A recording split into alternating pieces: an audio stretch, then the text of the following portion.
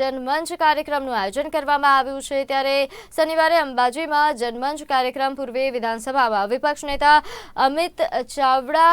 માં અંબાના દર્શન કરવા પહોંચ્યા અને આશીર્વાદ લીધા હતા અને ત્યારબાદ કહ્યું કે રાજ્ય અને કેન્દ્રની ભાજપની સરકાર વિવિધ મોરચે નિષ્ફળ ગઈ છે અને લોકોની સમસ્યાને અમે ગ્રામ્ય લેવલથી લઈને વિધાનસભામાં ઉઠાવીશું।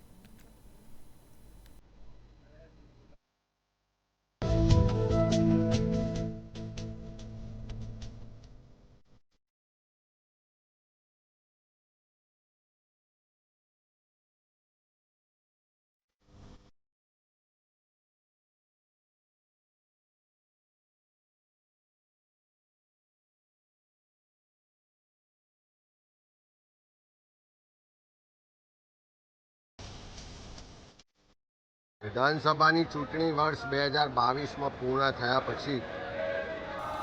સ્પષ્ટ બહુમતી સાથે બનેલી ભારતીય જનતા પાર્ટીની સરકારે લોકોના પ્રશ્નોને અવગણ્યા।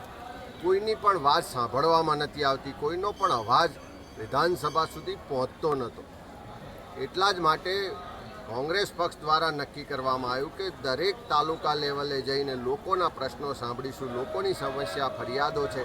એને સાંભળીશું ને એમને રજૂ કરવા માટે પોતાનો અવાજ બુલંદ કરવા માટેનો મંચ આપીશું। લોકોનો અવાજ બુલંદ કરવાનો મંચ એટલે કોંગ્રેસનો જનમંચ અને 2023ના વર્ષમાં લગભગ 60 જેટલા તાલુકા 8 મહાનગરોમાં આ કાર્યક્રમ કર્યા પછી આ બીજા તબક્કાનો જનમંચ અભિયાનની અમે શરૂઆત કરવા જઈ રહ્યા છે અને આ 2024ના વર્ષથી શરૂ કરી